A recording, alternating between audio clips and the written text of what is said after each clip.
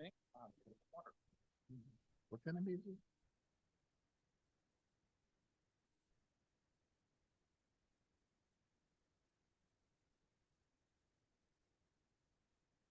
Okay. Water. What kind of music? Are we ready?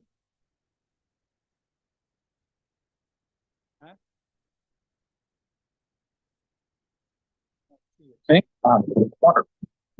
What kind of music? Are we ready? Thank you.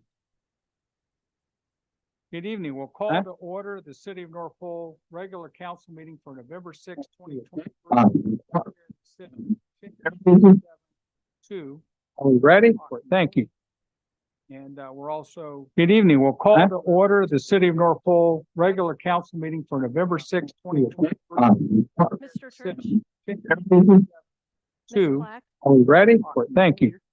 Mr. And Keller, we're also, good evening. We'll call to order the City of North Pole regular council meeting for November 6, 2023. Mr. Church, Are we ready? Thank you. Mr. And Keller, we're also, good evening. We'll call to order the City of North Pole regular council meeting for November 6, 2023. Mr. Church, Are we ready? Thank you. Mr. And Keller, we're also, good evening. We'll call to order the City of North Pole regular council meeting for November 6, 2023. Mr. Church, Are we ready? Thank you.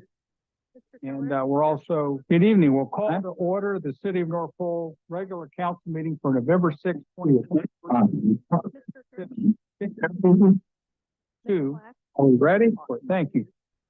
And we're also, good evening. We'll call to order the City of North Pole regular council meeting for November 6, 2023. Are we ready? Thank you.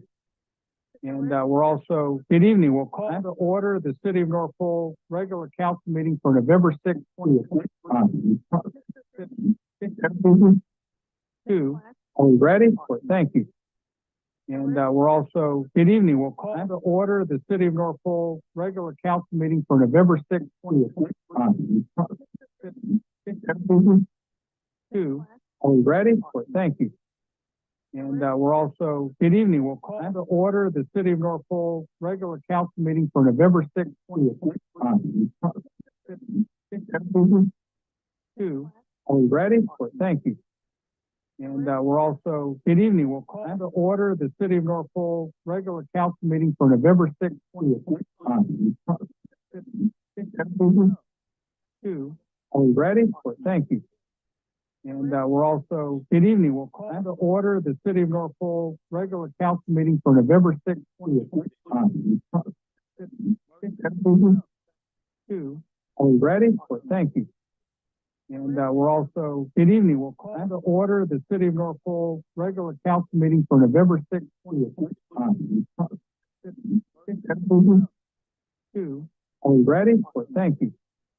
And we're also, good evening. We'll call to order the City of North Pole regular council meeting for November 6, 2023.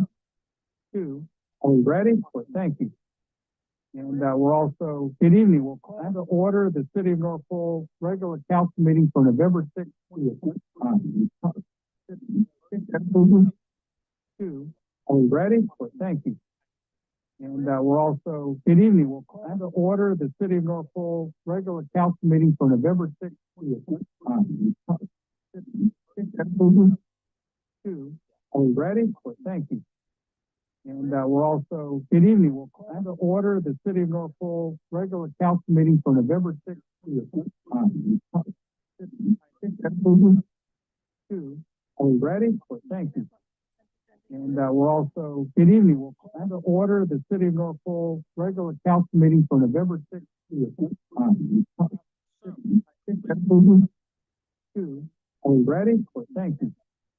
And we're also, good evening. We'll call to order the City of North Pole regular council meeting for November 6, 2023.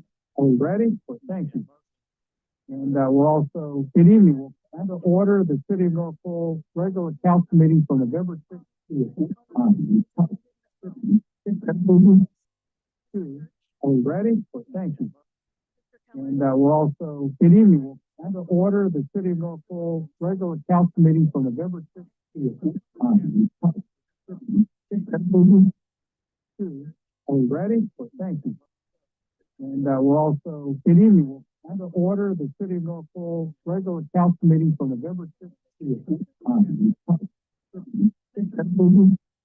Two. Are we ready? Thank you. And we'll also, good evening, we'll have to order the City of Norfolk regular council meeting for November 6th. Two. Are we ready? Thank you. And we'll also, good evening, we'll have to order the City of Norfolk regular council meeting for November 6th. Two. Are we ready? Thank you. And we'll also, good evening, we'll have to order the City of Norfolk regular council meeting for November 6th. Two. Are we ready? Thank you. And we'll also, good evening, we'll have to order the City of Norfolk regular council meeting for November 6th. Two. Are we ready? Thank you. And we'll also, good evening, we'll have to order the City of Norfolk regular council meeting for November 6th. Two. Are we ready? Thank you. And we'll also, good evening, we'll have to order the City of Norfolk regular council meeting for November 6th. Two. Are we ready? Thank you. And we'll also, good evening, we'll have to order the City of Norfolk regular council meeting for November 6th. Two. Are we ready? Thank you. And we'll also, good evening, we'll have to order the City of Norfolk regular council meeting for November 6th. Two. Are we ready? Thank you. And we'll also, good evening, we'll have to order the City of Norfolk regular council meeting for November 6th.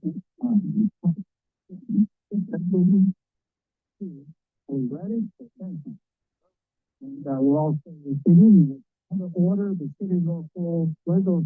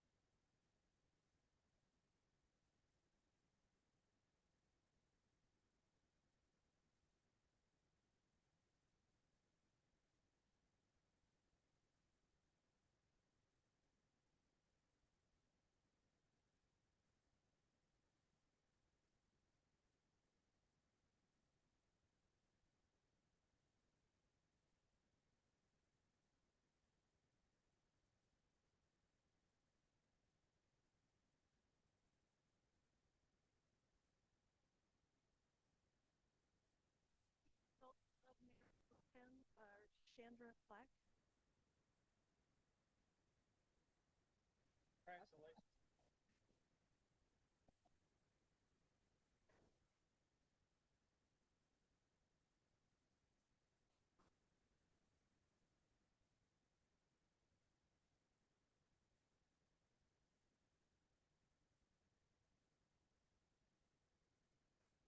Say it 3 times, just don't know why.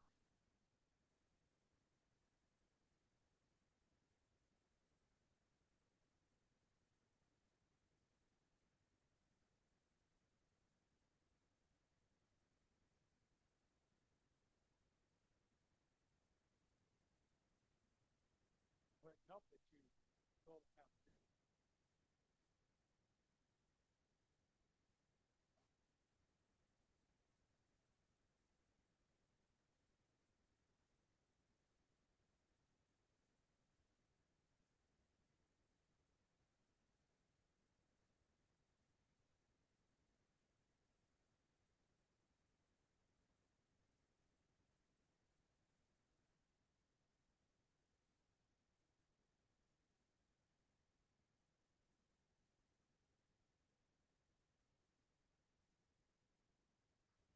And the results of the Deputy Mayor Pro Tem are Anton Keller.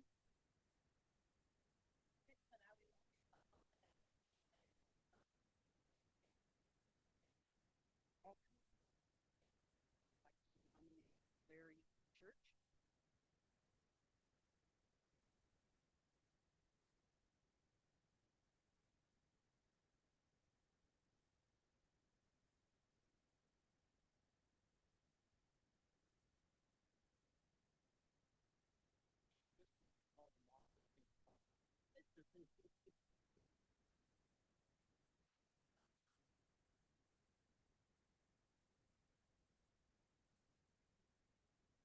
We have to put the third on there? I think it's important.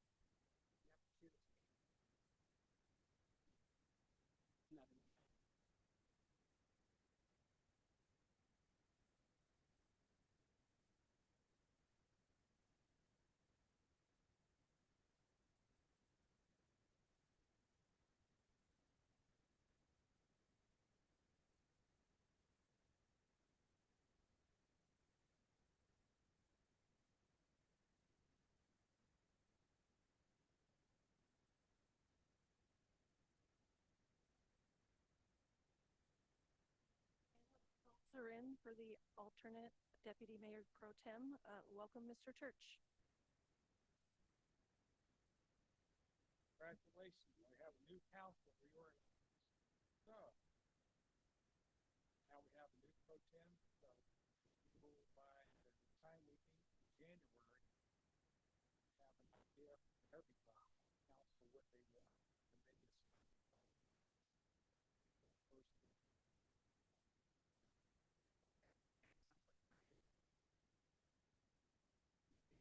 help with knowing what those definitions are, any idea of who we might get to replace, because I've noticed a few people that are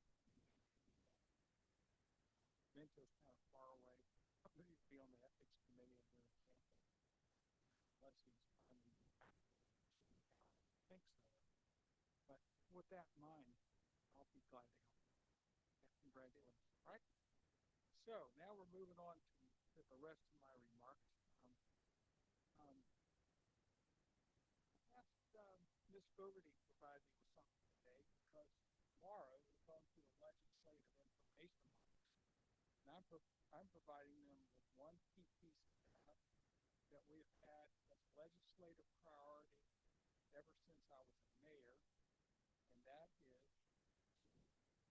really get in as legislators do the hard work, overhaul our wonderful personal employee retirement system, PERS, which also has PERS, teacher retirement.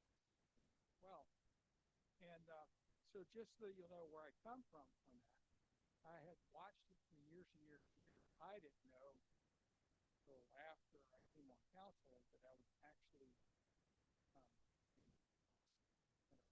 part of TERS called Tier 3. Only by the grace of God did I get there. I didn't join the council to get a retirement, but I didn't know about it. So anybody who came on before July 1st, 2006 was Tier 3. So I am Tier 3. I don't know how many people we have that are lower tier, but at any rate, that's how you're defining how much money we get. Tier 4 is nothing. Contribution amount. It's not an amount that is a defined benefit, and it's a shame. So when I was a brand new mayor, I said something to the lieutenant governor, because God is my witness, on Thursday, November 15th, 2018. And that was at AML. So that's when the cell phone company.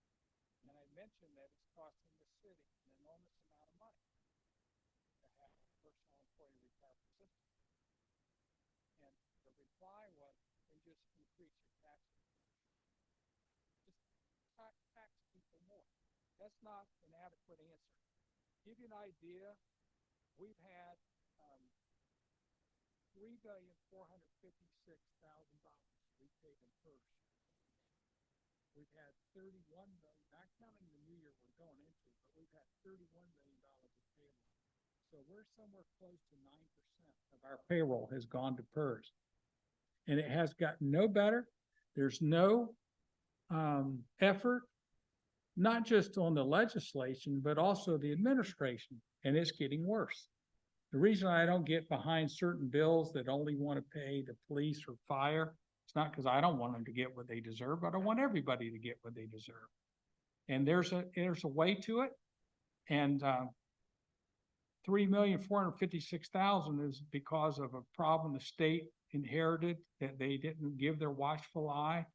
And that's a shame because it goes back 20, 21 years now that they allowed a mistake, an error to be made, and we're all paying.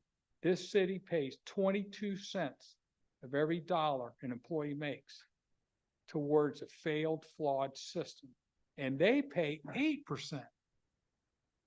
And as a former federal employee, I don't know how that could ever have been allowed to happen. I really don't.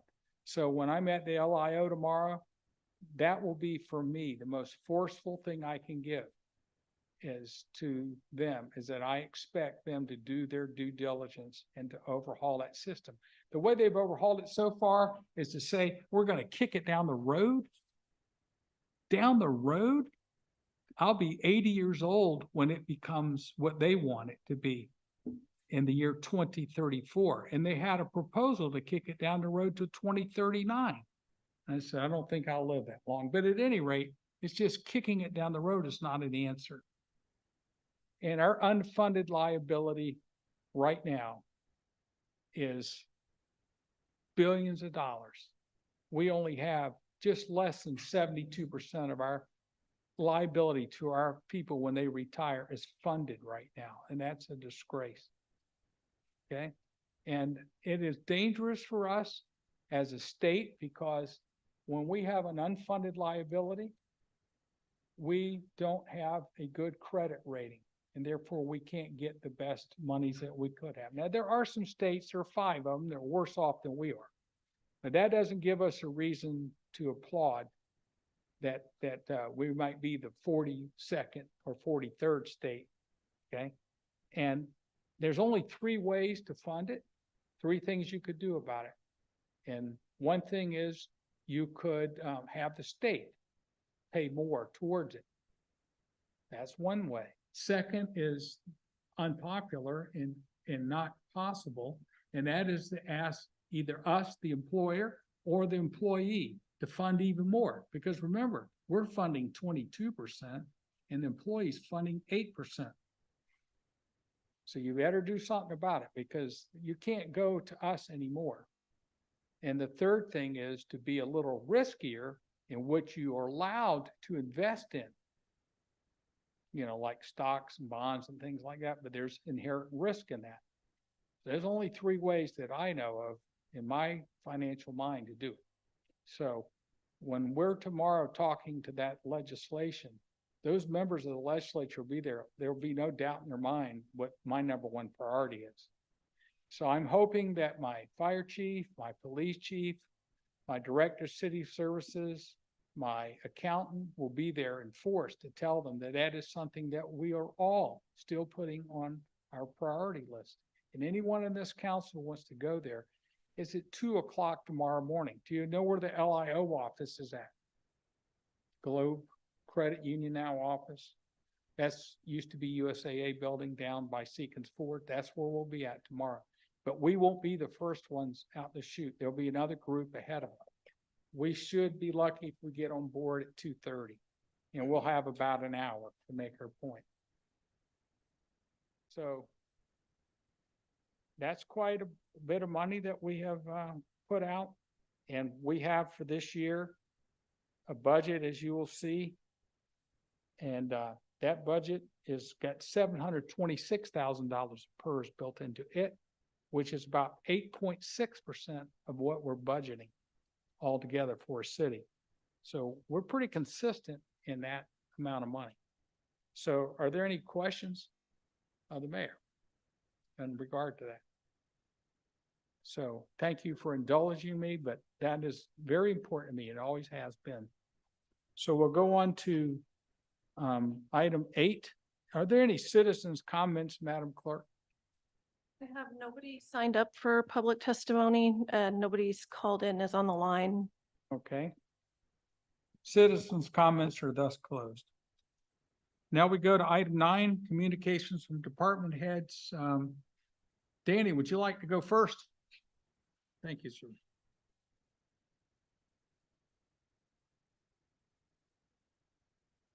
Hello, everyone. Danny Wallace, Director of City Services. I'll cover a special topic and then I'll go into the 3 departments. So over the past week, we briefed our budget to the City Council for the first time, and there were a few questions to include wage information and a more nuanced look at sewer spending. I sent responses to everyone on the council about those, and if you have any questions about those, please let me know. But you should see those in your email.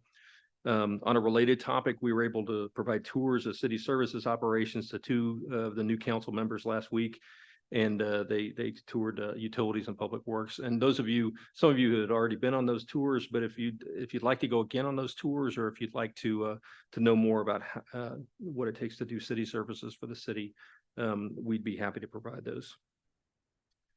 For the building department, we had a meeting with our building inspector, Charlie Jeanette, last week about the 3 Bears building requirements, and reviewed the plans for the interior of the buildings on that property. And there were no issues, and both that project and the Westcott pool upgrades are moving forward as planned. We also issued a building permit, and again, this can only happen in North Pole. We issued a building permit to Santa Claus House as they constructed new pens for the reindeer. The pen fences were over 8 feet tall, and any fence over 6 feet tall needs to be reviewed by the city. I think the building permit costs about $23 to do that. But again, they were compliant with city code, which again, that's good, and we appreciated that they did that. For public works and code compliance, winter operations are well underway, and you'll see gravel on the city streets, especially city intersections, at least twice per week. And they try to get to them on Fridays. They'll try to get to them also on Mondays when people come in, and then throughout the week if needed. But usually at least twice a week, you'll see new gravel on the intersections within town. And they don't generally put gravel on straight roads, and this sort of follows how DOT does operations. So you'll see them on the intersections, but not on the straight roads. The city's dump truck, which we used to put gravel and sand down on the roads, was outfitted last week with new rear tires and rims. And that vehicle remains a key part of our fleet, and it's in good shape considering it's a 1991 International Harvester dump truck. Our new snow removal contract is working well, and we did our first snowplow of the year on October 24th at a cost of $10,000. That $10,000 cost may seem high, but that was 26% lower than plowing for each plow last year, which was around over $13,000. Hubbard Construction used 2 plows this year, and we were able to finish in about 7 hours. Again, they're out there starting around 2 a.m. in the morning on days. If we have enough notice, usually they can get out there at 2 a.m. in the morning, which decreases the impact on local traffic. On a related note, beginning last summer, we were working with 3 specific homeowners that had put fences or metal stakes along the right-of-way, along the side of the road. All 3 of these had the potential to interfere with snow operations, and we were able to convince 2 of those individuals to remove their fences. We still have 1 citizen that's not in compliance, and we've sent 4 letters, certified mail, and had 1 face-to-face meeting with that individual, and no luck so far with getting that particular homeowner in compliance. And we're now working with the mayor on compliance and potential citation options. The installation of the 15 candy cane lights has been completed by Graham Construction. And during that installation, they found that 2 of the bases has actually been hit, not by snow plows from our plows or by DOT, but 2 of the candy cane light bases have been hit. But this is a good news story in the fact that DOT offered parts and some consultation help on how to fix those. Again, what were busted off are the bolts that you secure the candy cane bolts lights with. They provided those spare parts, and we really appreciated it. The rest of the candy cane lights, which are 17 additional lights, along with 3 lights around City Hall, will be painted next summer, and that's included in the budget. Downtown city core lights, the lights that are poles that are up that are not lit yet, are still awaiting parts before they can be turned on. And right now they're looking at a mid-December turn on for those new lights. And based on supply chain issues, that those are causing the delays. And finally, for Public Works, we'll be participating in the Winter Maintenance Forum hosted by Fairbanks Area Surface Transportation Group, the FAST group. This is the second year in a row that we are participating in this event, which allows us to talk about our operations and answer questions about North Pole winter snow plowing and other things that go on in the interior. This event will also include participation from the City of Fairbanks Public Works Director, Fairbanks North Star Borough, DOT, and many other organizations, and it will be held at Morris Thompson Cultural Center on Tuesday, November 14th from 5:30 to 7:30. It's also going to be streamed live on the FAST Facebook page. For the utility department, based on information from Mr. Jacobson, we've begun discussions on how to get our utilities and public works crews their CDL license, their commercial driver's licenses. This provides an important driver's training for 4 of our newest crew members, and we'll submit 2 from utilities and 2 from public works. The cost for those licenses is about $5,000 per person. But if we partner with DOT and the City of Fairbanks, that keeps that cost low. $5,000 again may sound like a lot of money for a driver's license, but if you go through a private contractor, it's about $10,000 to $15,000 for just the basic portion. And these are CDL-A licenses that they're able to get. So again, Mr. Jacobson, thank you very much for that information. And then finally, the utility department remains stable in efforts to provide both clean water and sewer services to the city. Again, with the utilities department, a lot of times no news is good news. And that's all I have for the group, subject to questions. So. Yes. First off, did you say it was Graham or Grant that did the lighting poles? Graham Construction, Graham, Okay. Graham. Just doing that for the record. Okay. Second, when do we have the thing that we do with the Army Corps of Engineers about emerging contaminants? Has that been waylaid, postponed? No, we have that this week. We have a staff level meeting with the Army Corps of Engineers, DEC, and a couple of other organizations within the interior that we're going to talk through some of the emerging contaminants to include PFAS threats to the city. Kind of have the intent was at the staff level to have everyone talk about where they're at on PFAS mitigation. And after that, we're going to try to decide whether a working group needs to be formed or whether we need to meet more regularly or both. Again, the intent for this meeting is to share information across the multiple levels of government. Because at least in my perspective right now, not everyone is talking to everyone about what's going on. A lot of good work is being done on PFAS mitigation and prevention, but there are some things that are unknown, and this provides a forum for that. Again, the intent is it's a staff level effort. We're trying to make sure that we start off on the right foot in our communications on these. We see PFAS as not an if, but a when as far as it coming towards the city. But we really do have the ability to sort of plan and prepare for it. Who's invited to that? Who may attend that?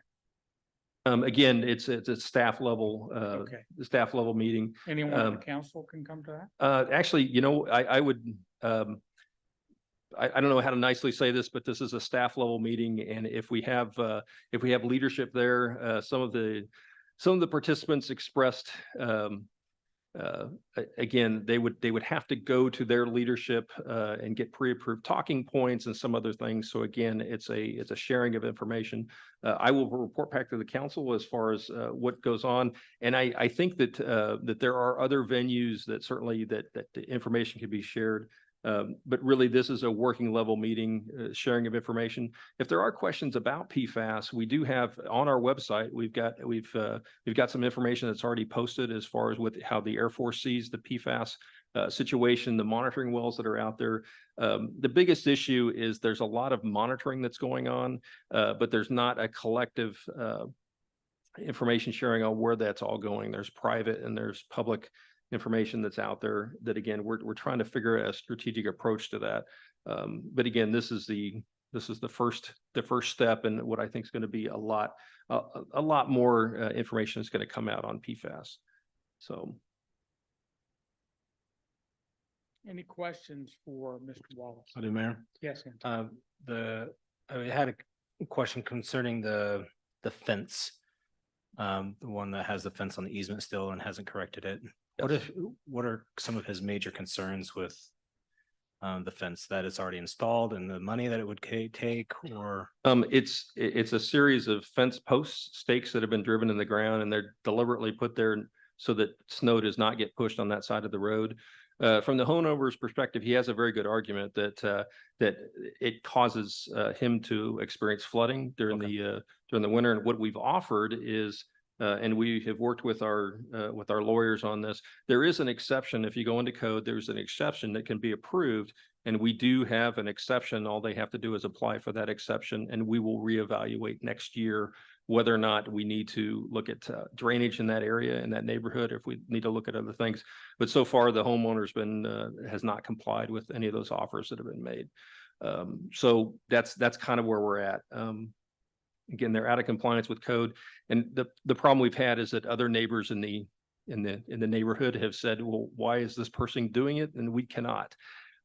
If we get them to where they have a code compliance exemption, that's what we're trying to do, then that can solve that problem. So with this code exemption, if I understand you correct, it won't take effect until next year.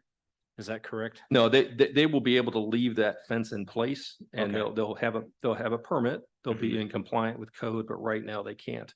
And it might seem that that's kind of a small issue, but again, the problem is that we had other people put up fences because this neighbor put up fences. And since then, we've been able to convince other folks not to do that. But we really do want to be in compliance with the code, filling out that permit, which is a no-cost permit.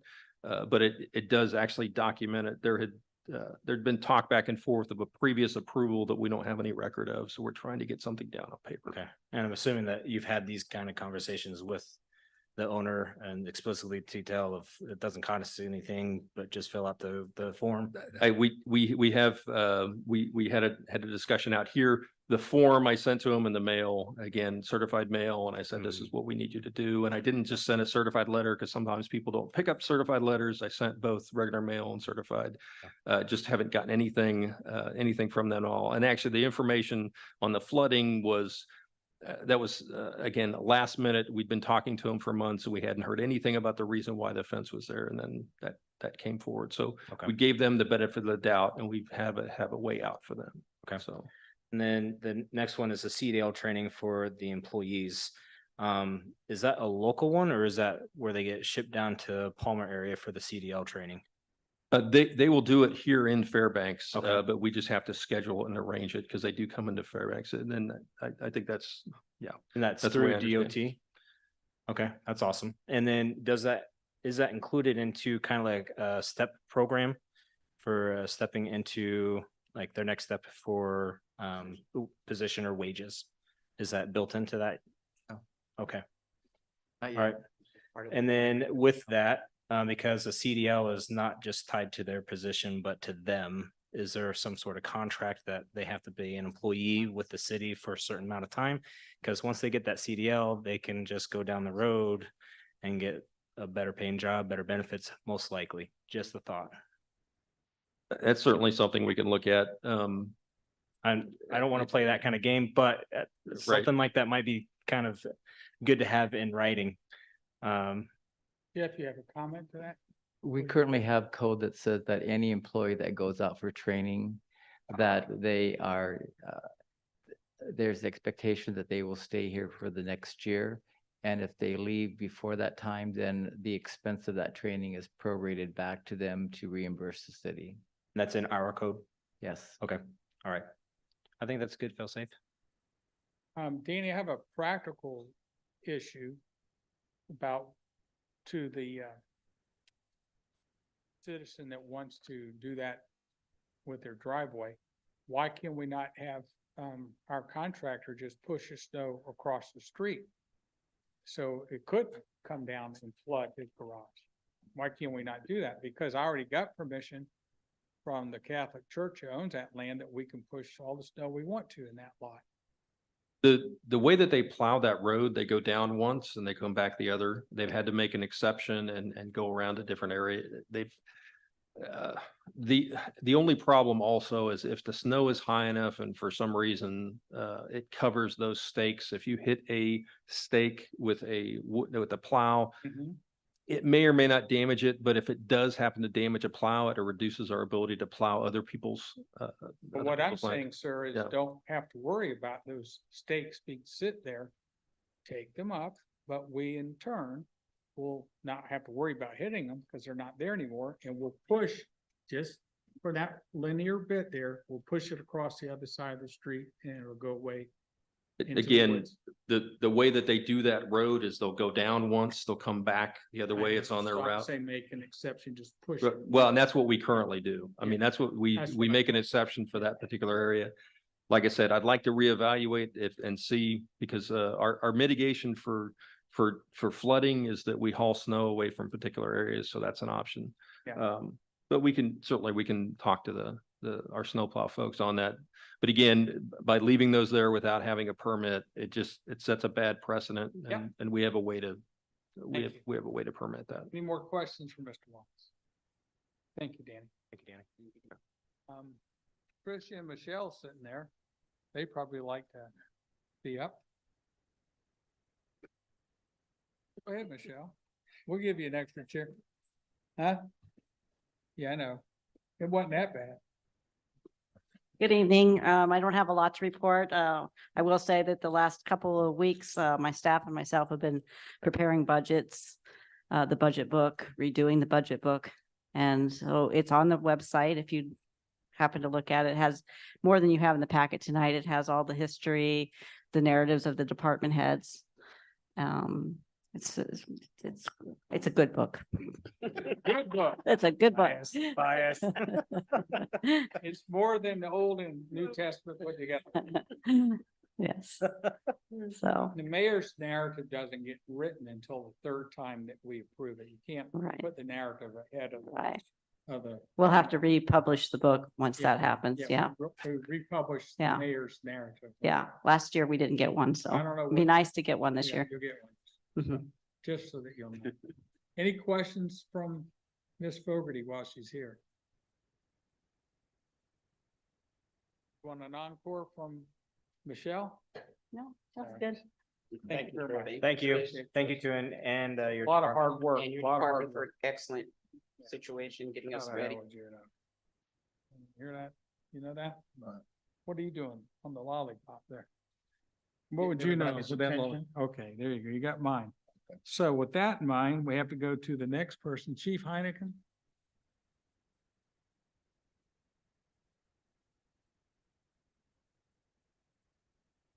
Good evening, Mayor and Council. Good evening. Glasses on so I can see. Even I print this large and I still can't see it. So the North Pole High School senior class conducted their haunted asylum last weekend, and it was an overwhelming response. It was amazing, the turnout. It was a great event. It sounded like everybody that was involved with it really enjoyed it. They might have went away a little frightened at times, but they enjoyed it, I think. And we're hoping that this is a first annual thing. We're really looking forward to working with them in the future and possibly doing them in Halloween's to come. So we're really happy that the senior class was so proactive. They did a lot of work doing this. I mean, for us, it was just a matter of opening up the facility and accommodating a few of their needs, and they really took charge and did it. So very impressive with how motivated and how hard those seniors worked. So this last few weeks, we've been doing some training with other departments in the area. North Pole Fire Department had 3 of our staff members go through the Fire Officer 1 class. That class was actually put together and put on by the Interior Fire Chiefs Association's training committee. And it's one of the first classes this committee has actually put on for the entire community this way. It worked really well. So in the end, our 3 employees went through this officer level training. was able to test out for state certification, which is an IFSAC certification that is recognized throughout the nation. They all three passed the practicals, and we're currently awaiting the written tests that take forever for the state to grade. So once they get test results from the state, I'm pretty confident we'll have 3 new employees that have that certification. Big kudos to Chief Chambers. He was kind of the instructor lead on this class and getting it put together and making it happen. So a lot of hard work. They come a long ways. And then the last thing is I just want to once again thank the council for all their time last week. Those 3 nights in a row, and it's a lot of information to absorb. I really do appreciate it. The fire department budget does, make some changes for the department. So once again, if anybody has any questions, if the public, if the council, anybody has any questions, comments, anything, I would love to sit down and explain things further. And that's all I have tonight. Well, Chief, I'd like to say thank you for the excellent presentation you did Thank you. on that Thursday night, and it was succinct and it was vibrant and gave us an insight as to what you want to do for the future, which I'm 100% behind, how we recruit, retain people. So I think I have good vibes coming. So I always say hope is a virtue, is not a strategy, but I think this time it's going to be a good virtue that we're hoping to get the most out of some seniors up here, and that it'll take form and be able to go year in, year out. Anybody got questions for the chief? Just one. Tomorrow, when you come up to the legislation, what will you be making comments on? The biggest thing for the fire department is talking about the new fire station plans. That's our number 1 goal at the fire station. I'll back you. Thank you. You'll have your packet, Yes, I will. the one that you presented to us? Yep, I sure Okay, will. with the format? Okay, thank you. Thank you, good chief. Thank you. Now, I don't know if we want Chief Dutra up there or not. 2 for 2, yeah. Chief Dutra, what you got for us tonight? So we had the food drive this weekend at Costco, and I do want to give a shout out to Mayor Pro Tem Clack and Deputy Mayor Pro Tem, anyway, Church, and Councilman Williams for being there to help out with that. I can't even thank you enough for all your efforts. So they were hitting the door, handing out flyers, talking to people, engaging people, telling them all about the food drive. I mean, and we got that much food because of your efforts. Thank you so much. I appreciate it. And I do want to thank Councilman Skips for donating some food, and Director Danny for donating some turkeys. So it was about 17,500 pounds for the 2 days. So I think day for day, we did better than the troopers. So just want to point that out. They did do 20,000 in 3 days, and we averaged, 17,500 for 2. So that's a much better average. Anyway, we need to get to 38,000 to win the crown. So we got a little bit of work ahead of us for the next 2 weeks. And I think we weigh in on the 20th. So we're trying to put out your feelers and yell and scream and get us some more food. So obviously the objective is to hit 100,000 pounds. So we'll see if we can get there. Anyway, thank you. Thank you for everything. I appreciate that. Stats, I gave you all stats there on your podium. There's obviously an uptick. If you look at the graphs or on the back, I updated that bottom graph a little bit from what it was before, just to show you the amount of calls, definitely up and trending higher from year over year. So a lot more self-initiated, a lot of traffic stops, because obviously we're getting complaints about traffic, but it's never ending. It's always something we have to be consistent and persistent, and definitely traffic citations are up. So we'll keep an eye on all that. Not a lot of major increases, some increases in larceny, but again, those are not a lot, but for a small community, any is too many. DUIs were definitely down, which I was kind of shocked. There was like none. So don't have a whole lot to add for that. So stats are pretty flat to normal. So I am scheduled with the lieutenant to attend the executive development conference December 3rd through the 8th in Anchorage. That's a lot of leadership stuff. The itinerary just came out the other day. Looks like some good speakers. So keep you, I guess, half you'll be up there in Anchorage as well at the same time. We are working to finalize the applicant testing for the evidence custodian, so stay tuned for that. We have Officer Gregory and Sergeant Templin has signed up for the Transition Academy in Sitka. That'll be in the end of November. They'll be heading down for that. That's a 3-week Transition Academy for folks that come in from out of state. They have to go down and get the Alaska statutes and training and such, so.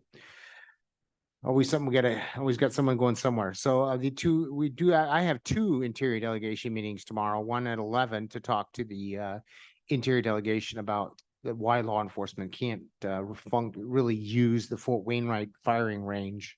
There's some push by some legislators to say we should be using theirs and not be getting our own.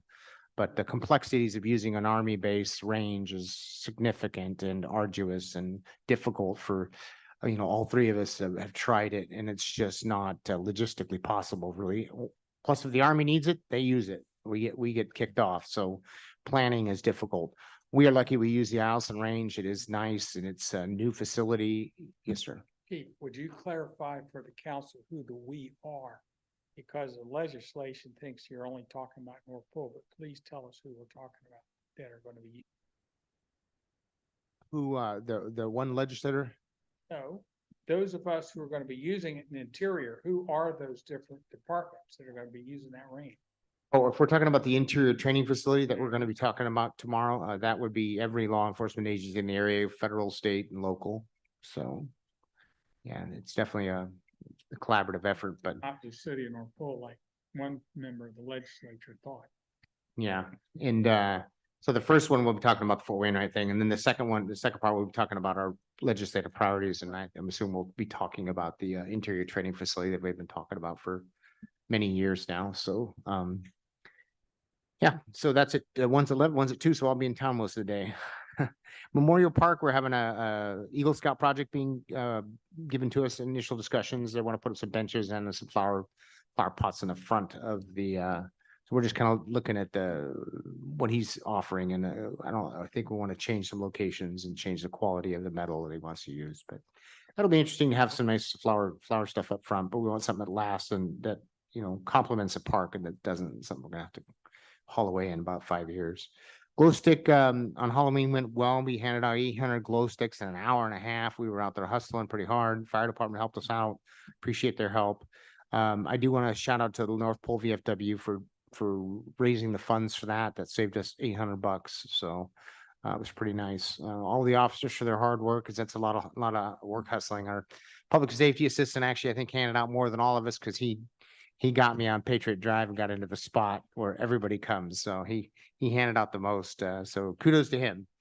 We had to keep filling him up because he kept running out, and everybody, of course, was attracted to Mr. I. So I think that might have had something to do with it. But anyway, I want to say a big thank you to the council for sitting through the presentation. I could take 3 hours and probably not get to everything we do and what we're up to, because we're just such an active department. But I appreciate the hour and a half the mayor gives me. I used to fill 3 hours without a problem, but now it's an hour and a half. So if you have any questions about anything we do, please come yell at me. I'll be happy to talk about it. That's all I got. So Chief, I will say this, I plan to be your secret weapon to bring up maybe the final 5% of what you need for pounds.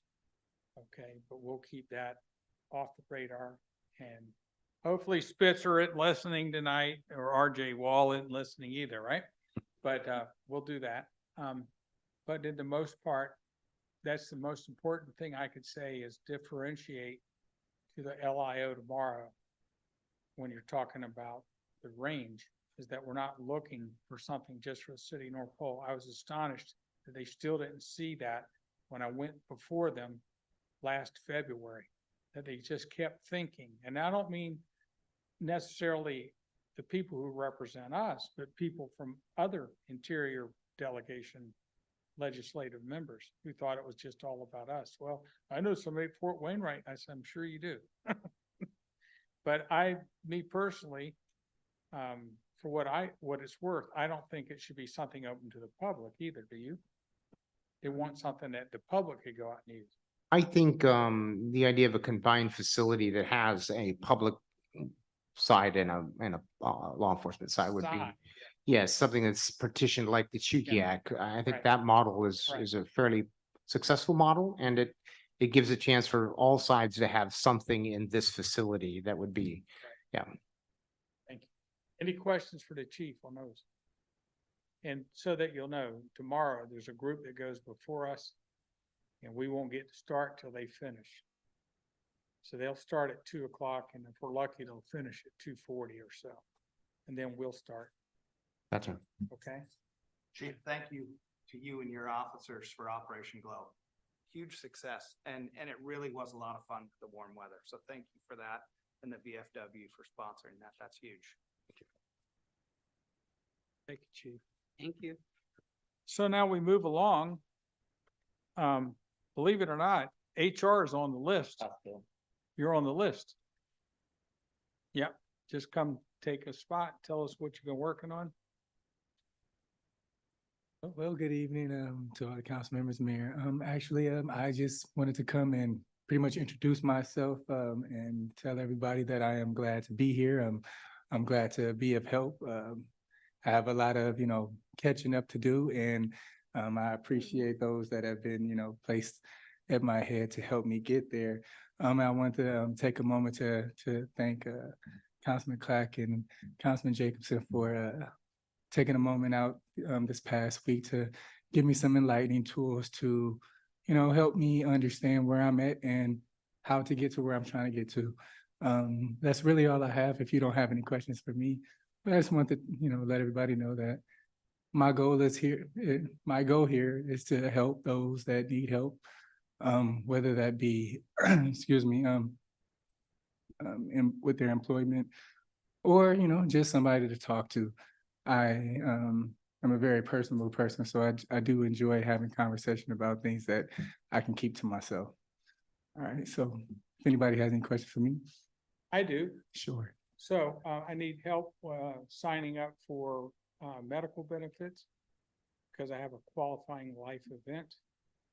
So my clerk has been nice enough to provide me with Meritain. So tomorrow I'll get with you and we can do it effective to get me signed up with them. As a matter of fact, I did speak with the representative that actually signed me up, so I do have her information. It'd be kind of easy to get that good. So, yeah. Wonderful. Anybody's keeping track, they get mighty pathetic benefits from the school district right now. So my wife has opted to get out of it, so that's a qualifying life event for us to move into it. So just to let you know that. Thank you. Any other questions for me? My Questions? question would be, how are you doing on the city clerk side? I am, learning as things come along. I've been getting, spoon amounts so that, I'm not overwhelmed. Okay. Today I was able to, do some simple things like move some paperback things over to a digital side. But nothing too big, nothing that was, setting my hair on fire. So everything was fine. But what hair I got left, I think it's just on my chin now. Had you You know had the what you're test? talking about. Had you had the test of learning the equipment behind me? Not yet, man. Okay. Thank you, Davos. Thank you. Appreciate it. Now we have a choice. Who's going to be the city clerk to talk to us tonight? Oh, my goodness, the city clerk position. Where Oh, are you, city clerk? We both fit in the frame, so. Yeah. Y'all do an arm wrestle, whoever wins. Since the last council meeting, I completed all of my risk training. I passed my fingerprint CGIS clearance. We received 8 applications for bed tax. We have not had an opportunity to open them up. We had a busy week last week with budget meetings and welcome to Douglas. And so the actual technicalities of the bed tax applications, we haven't had an opportunity to look at. But I wanted to thank the council for taking the time with us during the budget meeting and letting us all introduce ourselves. We appreciated your time. And I think, Melissa, did I miss any points? Nothing missed. Okay, well, we'll keep track of you. And who's going, Madam Clerk, to next month, at the end of the month, down to Anchorage? AML, Miss Clack is gonna go, Mr. Church is gonna go, and Mr. Williams is gonna go, as far as our office. Are you going? Oh, I apologize. Yes, I'm attending as well. Hope so. And who else? Doug is going for me. Okay, and I may not be going. I have yet to decide. I'm waiting for Josh Verhagen, the mayor of Nenana, to get back to me. And I'm the person who got him into being the vice president of the Conference of Mayors. So what I would go to would be the Conference of Mayors if I decide to go. And just to tell you, one reason I don't want to is I have a bad feeling about the Denina Center. Do you know why? No, sir. Because that's where I got kicked off the top of the escalator and smashed my head on May the 25th, and I still have not recovered from that. So I guess you could say it's like bad luck to me. It's not superstition, it's just I don't need to have that happen again. So it's kind of hard for me to travel as it is. That makes it even harder. So, and I'm waiting on Josh Verhagen to give me a reason I should go. And that's the kind of thing that he and I have, that type of friendship together. So, and if I don't go, there's plenty to do back here. I'll tell you that now. What else am I going to ask you, Madam Clerk? Who's next in line to be the borough representative when the borough meets again? The next borough meeting, is Miss Clack reporting on the last borough meeting, or? I'm not asking about who's reporting. I'm saying who goes up next. I'm scheduled to go this Thursday, but I'm going to be out of town, so I need to have someone cover for me. Someone needs to cover. So can we assign someone to cover? We don't always have to be there either, but how I feel about the borough, the more we keep ourselves in front of them, the better off we are. Madam, Yeah, is anybody available to attend the borough meeting on Thursday in Jeff's place? it's on the 9th. No, you may not attend the borough in Jeff's place. Has to be, you can go, but it has to be an elected person. I can ask Mr. Skips also via email tomorrow. Yeah, because we kind of filled in, I think Jeff filled in for him the last time.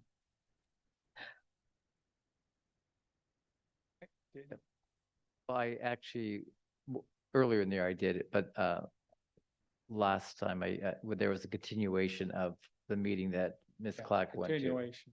And I attended that with her. So as a suggestion, Jeff and I had thought about swapping out, because apparently I have it in December. So we may go this Thursday if, due to the fact that nobody else was able to. Yes, we'll probably go this Thursday. Jeff will probably go On the 14th of December. the 14th of December. Thank you, Chandra. No problem. Keep a record of that and that'll be just fine. Thank you, Shonda. Uh-huh. So Oh, some of the things right. I'll tell you tonight, you want to mention to them too. Yeah, Okay. nothing bad about them. Just make them think there is, but Then Jeff might be the better person. You might have to give me the words for that one. With that, you didn't come to us, Miss Da-da-da, to get that approved for voting. okay. So now we do go to the borough representative. And Who's that would going to be give the me. borough report? Thank you. And it's going to be short and sweet. So I pretty much covered our food for the food bank drive that we were doing at Costco's. I also covered the high schools at North Pole Senior High doing the Halloween Asylum and the coverage of that. Hoping to get anybody that's interested in the area plus downtown, because everybody's trying to find things for kids to do. I also covered the fact that we were doing our budget for 2024 and that we certified our municipality elections. All right. With that, I was able to watch and observe the new members, elected officers, and I probably butcher names. So this is going to be Liz Reeves Rasmus and Nick Leshane, Vaginas. Leginas, and then Scott Cross. Pass. Crass. And then, if I remember right, Kelly, and I think it's Pete, right? Pete Kelly for the IU, yeah, IGU. Yes. Okay. Now, the other thing that I didn't have a Former chance, Senator Pete Kelly. yeah, Yeah. Senator, yeah. And I know his wife, so that's why I was like, oh, you know his wife more than the husband a little bit. So I was like, I remember the last name bad at first. So I apologize on that. With that being said, the ordinance that I was able to try to listen to, but not get too much on, because I did have to leave. So ordinance 2023-60, that had to do with our amending FNSBC Title IV to delegate central borough and adjustment duties to the city of Fairbanks and the city of North Pole, amending the FNSBN Title IV regarding appointing to Planning Commission. And to my understanding, that was approved. Well, that pretty much breaks down that because we didn't have anybody in the North Pole area to be our representative, it's being opened up to the borough. Just making it short and sweet. Okay, There's actually two things. two things. One is there was a change in the planning commission requirements that we no longer have to have a representative from North Pole be a city resident. It could be anyone that lives in the North Pole area that we put forward for that position. Since that we couldn't find anybody to take that seat for 5 years. So if there's anybody on the council who wants to be on the planning commission, let the mayor know so that he can recommend that. The other thing that they did was that back in 2016, the Borough Assembly got upset with the city of Fairbanks when they sided with the Planning Commission to not approve a rezone for a school in Slaterville due to the high traffic and no parking for the parents and students and bus traffic. And so the borough then passed an ordinance removing the city of Fairbanks and the city of North Pole as the appeal board to any zoning, planning commission zoning appeals. And we have never acted as an appeal board because none of our planning and zoning issues have been such that someone wanted to appeal it that lived in the city that we needed to review that. The city of Fairbanks has more opportunities for that, and they were very upset. And it took this long for the new assembly members and the mayor to change that and allow, if the city of Fairbanks wants to be the appeal board on planning commission decisions, that they can, and they have passed a resolution in saying that they would like that back. We never were. We could pass one saying that we want to be. There isn't a need at this time. It doesn't expire. So if there ever is a case in the future that we think we need to have one, we could certainly pass a resolution saying so. So we do want to have a North Pole representative on the planning commission. And with that in mind, I will say it hasn't been 5 years. Come November, it'll be 4 years I was notified that the person left. And when I had someone to do it, everything was fine until he found out he had to fill out an APOC study. And there's some other issues that we won't go over because it's immaterial at this time. And when we get to ongoing projects report, I'll make an announcement in regard to that when we get to item 10. Anything else for your report? No, that's it. Do you want me to do my report? Yeah, I do, because That was a really wanted to- continuation yeah, it's of, a continuation. They didn't actually, they tabled the motion and postponed it to another meeting, which happened then on the 19th. I was hoping that that was going to be at 5:30 and it'd be nice and easy to get in and out, but no, they had to have their finance committee, and then they had to have their committee of the whole, and then they got back to the agenda from the 12th. But on the finance committee, there are several things of interest. One was to approve funds for the MAC transit system to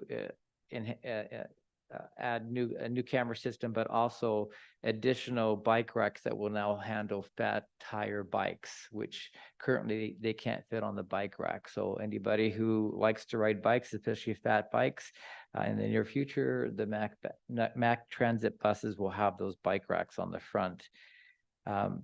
They also passed funding to purchase buses that have that use compressed natural gas, CNG. So our Mac Transit System new buses will have natural gas as a fuel. And then also they passed an ordinance that funded playground improvements at Chino Lake, which I thought was very nice. And so I have a diagram here that shows the playground equipment. And they also are going to be doing improvements at the boat launch and at the fish pier dock, fishing pier. They're gonna make improvements in that this summer. So those three things are gonna happen. And they also are moving forward with the, there's one copy for everybody, the additional access to the Chino Lakes Recreation Area off of the Plaque Road. If you happen to live on Plaque Road, to get to the Chino Lakes, you have to drive 9 miles to get there. With this new entrance, it's 0.25 miles to get to Chino Lakes from Plaque Road. So that shows the new parking lot that's going to go in, and the artwork that's going to be part of that. Also spent a lot of time changing Title 17, which is the road and subdivision section of the Borough Code. There, over the decades, there have been a lot of subdivisions that have not followed Borough Code as far as going before the planning board and the planning commission to legally divide your property. There's been a lot of property that's been divided in divorces and division between relatives that did not follow and get registered with the borough community planning. And so this ordinance made a way forward so people could have legal access to subdivided tracts of land that were not legally subdivided, because currently there was not a way to do that, and you were stuck with an orphaned piece of land that you could never get access to based on the existing code and the restrictions on that. So that's a plus for our community to have that. And then we finally got to the reconvened meeting. There was much debate about that. Come to find out that Ms. Wilson did go to the City Council of Fairbanks and talk about that and ask them their insight, and they weren't interested. The chair of the assembly, Aaron Lujeski, asked if the city of North Pole took action on that. And I said, we did pass a resolution unanimously with all 7 of us as co-signers in opposition to that. And he asked if I knew anything about the city of Fairbanks, and they also passed one in opposition to the change from October to November, 7 unanimously also.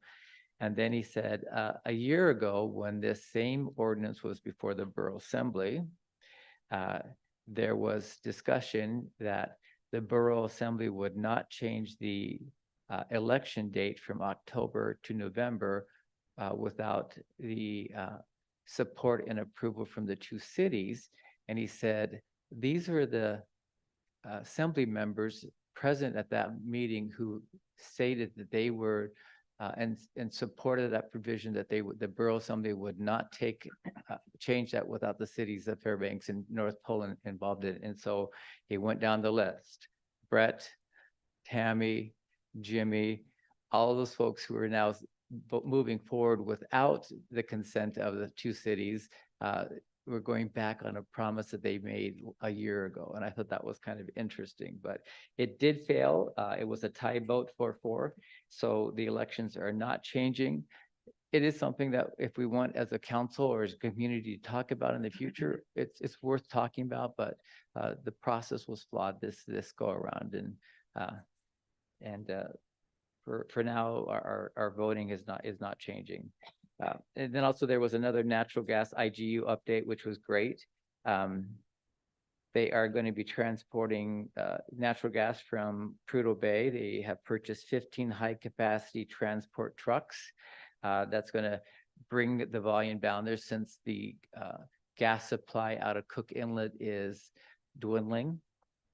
And one thing that this council and community really needs to take action with, and especially if you're going to meet with the interior delegation tomorrow, is that the Alaska natural gas line that goes from Prudhoe Bay to Anchorage and the Cook Inlet supplies that part of Alaska with natural gas. There is no spur line to Fairbanks. It's a 30-mile connection, and if we want natural gas off the pipe, off the North Slope, we have to pay for that 30-mile pipeline ourselves.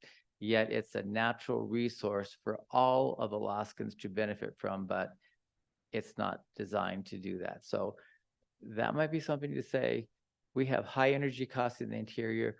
That should be part of the project. Even though it may not have been original, it still should be added in there. I'll say that the IGU, we had a impromptu meeting with them from the Combined Heat and Power program, and they asked would we make that part of our priority. But they're supposed to work with me on how they want that worded. So we may not tell them that tomorrow. We may tell them that's coming, but I'm going to let the IGU explain how they want that. Because not only do we want it to come here, but guess what? They're thinking that if we do get the combined heat and power, we may not have enough energy in the 155,000 gallons down here.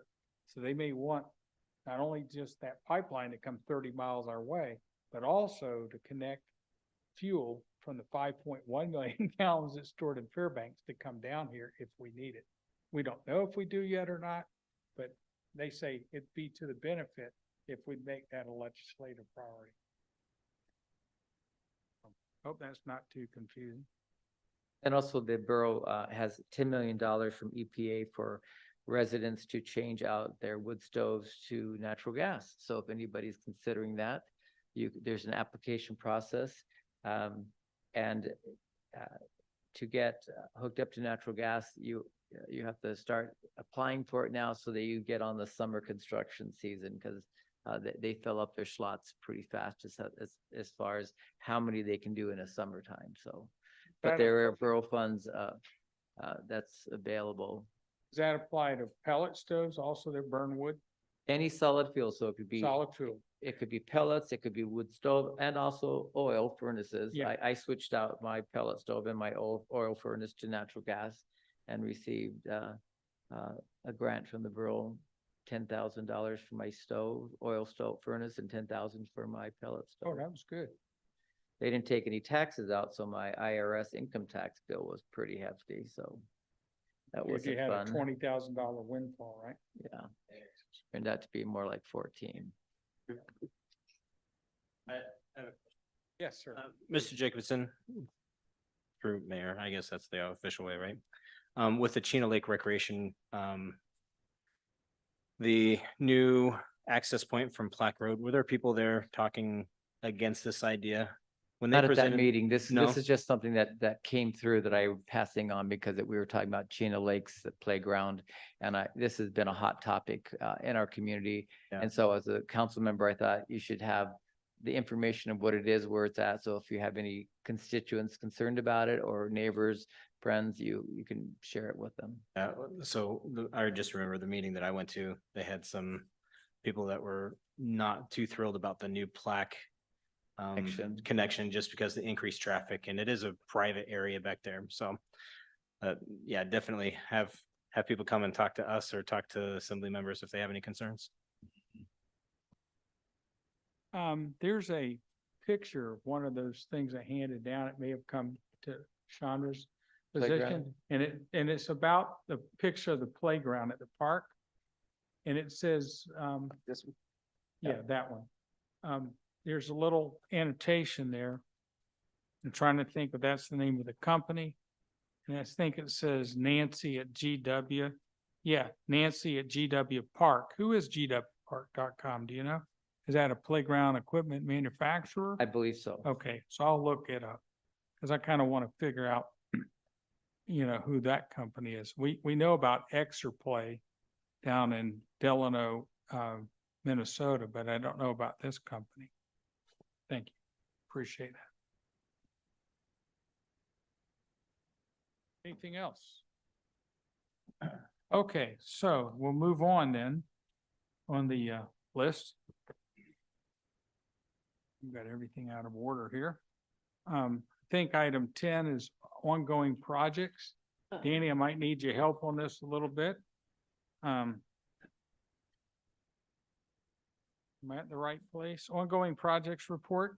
I will give you only a scant update. The next time we meet, Combined Heat Power, is November 14th. Is that correct? That's not Yes, the tomorrow, first, but it's the it'll next be the Tuesday. second Tuesday of Second November. Tuesday. We're going to meet November 14th. By that time, we're not sure, but we're trying to get Golden Valley Electric Association to give us, I guess for lack of a better term, a power purchase agreement. We've got pretty much the wording for memorandum of understanding with them, but we're trying to get a power purchase agreement. So I've kind of given them not a drop dead date, but a suggested date to get it to me by November 14th. So y'all can be briefed on it November 18th. Is that correct? With Golden Valley. Almost. Your discussions with Chris LaForest, I haven't been in that Okay. loop. Well, you've seen the back and forth with CSG and their attorney at Golden Valley's attorney. They're trying to figure out, we just don't have the power purchase agreement yet. We have to purchase, they have to be willing to purchase power from us. And when they do, then that will open the door to IGU selling us natural gas. So we don't have those pieces of the puzzle put together yet.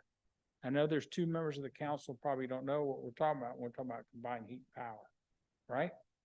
But what I will tell you is it's a concept of taking what we were going to do was use coal, but we're not using coal. In our first phase, we're going to use natural gas. And you can get more energy out of natural gas by making what Golden Valley's going to need, because they're going to shut down Healy 2 1 year from now. Healy 2 is up in Healy and it's coal-fired. But by going to natural gas fire, we get something out of it. We get a byproduct called hot water. So we get 195-degree hot water that we can run into new homes, not existing homes, but new homes in a certain geographical, which we'll call it Brookside Park because of the close proximity. Marathon has given us 25 acres on their old site, and that would be where we would have certain things, including a combined heat power plant. There's something else that's really big there. It's 20 acres of vertical greenhouses that we have a private corporate sponsor who's willing to put up. It's $40 million. And with that greenhouse, we'll have sustainable food source. Okay. And we'll have, if we need like a farmer's market down here too, but more importantly is we'll have 195-degree hot water. If you want to call it a freebie, you can think of it that way, but that 195-degree hot water could heat the Three Bear store. And oh, by the way, when it does it at half the cost right now of what heating oil is. We use terms of MCF, million cubic feet. So when we use what oil is right now, it's around $43 per million cubic feet. Whereas natural gas at this juncture would be about $24, but we can provide it for $18 per million cubic feet.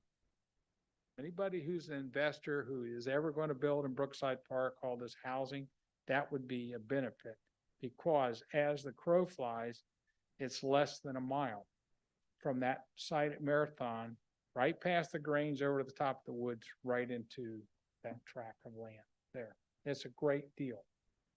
We just don't have it all together, so we can't really talk about it until everyone is on agreement. It was never envisioned that the city of North Pole would have a leadership role in that. It was envisioned that we would just be part of a limited liability corporation that said, this is how much we're gonna take as a power purchase agreement. But that changed February 3rd. A lot of people don't know how it changed, but there was an announcement that Hillcore had found all this natural gas. And we're talking to Golden Valley, say we can make a win-win-win out of this. So you just have to be along, but I would imagine sometime, if not by the end of the year, the first of the year, we should know how we're gonna tackle this if we're gonna do it. We have a corporation, help me with their name, Harrison Street, right? Harrison Street. Harrison Street, right? Hmm. And Harrison Street has given us a recommendation how to go about this. They may become an equity partner with us if we can follow those directions to stand up that type of a North Pole led, but not necessarily operated utility. We would go and contract with people that do that, and that would be to our advantage to do it. Every building that we have sitting here that we sit in would be heated with that hot water. Our police department, our fire department, our city hall. If the schools wanted it, the school buildings would be heated with it, the Westcott pool, the library, just as an example. And we know what that's costing us, so we know what we can save if we have that hot water. So that's a significant amount of money we'll save. What else can you add to that, Dan? I can send an info paper out to the Yeah. council. We've got an information paper on it. The bottom line is we've got contaminated site, Old Flint Hills site. There's an opportunity to build a power plant there. It's a project that UAF had done previously. And it's a natural gas power plant, and we're working through the process on that. The city has not been committed anything financially. It's beyond the brainstorming stage, but it is a concept that potentially could benefit the city and also get after some of our weaknesses, which include PM 2.5 pollution and low cost or high cost of energy. So I can, like I said, I can send that info sheet out. But certainly it's an ongoing project that has the potential to have great benefit to the city, but we're just not quite there yet. GVA negotiations are the next step. And again, we don't do anything without the approval of council. I have been on that team at the invite of Bernie Carl since November 10th of 2020. So in those 3 years, I've learned the technical aspects, which I never dreamed I would learn, but I have, so that I can look people in the eye and talk about them and not rely on showing you snazzy charts and all that. But all that said and done, we're still not committed to it simply because unlike the people in private industry like Mr. Carl and those guys, see, they can go into debt. They can take that gamble. City of North Pole cannot, nor shall it do that. It has to be something that we know as a body is going to be good for this city. If it can save us money and make us money, and its management and administration will do that. But if it can't, then we will know because we are doing our due diligence to prove that. And that's what Harrison Street's trying to help us through, by the way. You don't know those people yet, but they were actually up here to visit us. Anything else? I don't know of anything else in ongoing process. Are you going to make it? Thanks, Danny. Thank you, Danny.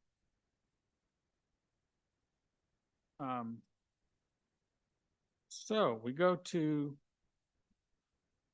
11A unfinished business. That was consent agenda, which is ordinance 2314. So we passed that. So we go to item 12. Ordinance 2315 of the City of North Pole Council establishing the 2024 operating and capital budget and levying the mill rate. And so I'll leave it up to you guys. We're going to take a break at some point. Do you want to take it now before we get into it? Yes. Okay, so may I get someone to ask Move to suspend the rules. for how long? Let's go 10 minutes. 10 minutes. There's a motion. Second. Okay, so it's 26 after, so we'll be back at 8:36. Cause this is gonna be a long push here. Such a thing that